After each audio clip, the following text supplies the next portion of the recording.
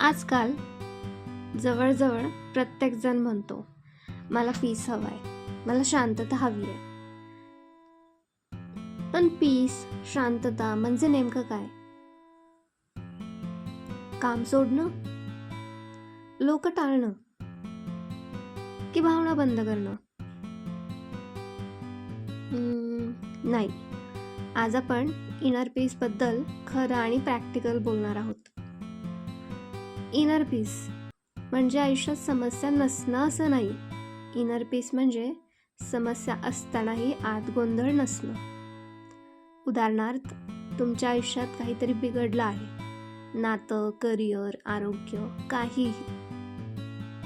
Inner peace असलेला माणूस म्हणतो, हो हे कठीण आहे, पण तो स्वतःला संपवत नाही. इनर पीस नसलेला माणूस म्हणतो, हे असं माझ्याबरोबर का? आणि तिथून ड्रामा सुरू होतो. खरी पीस येते एक्सेप्टन्स पासून, स्वीकृतीमधून. एक्सेप्टन्स म्हणजे काय? मला हे आवडत नाही, पण हे सध्या आहे. रियालिटीशी न भांडता, रियालिटीशी भांडण थांबलं की मन थोडं शांत होतं.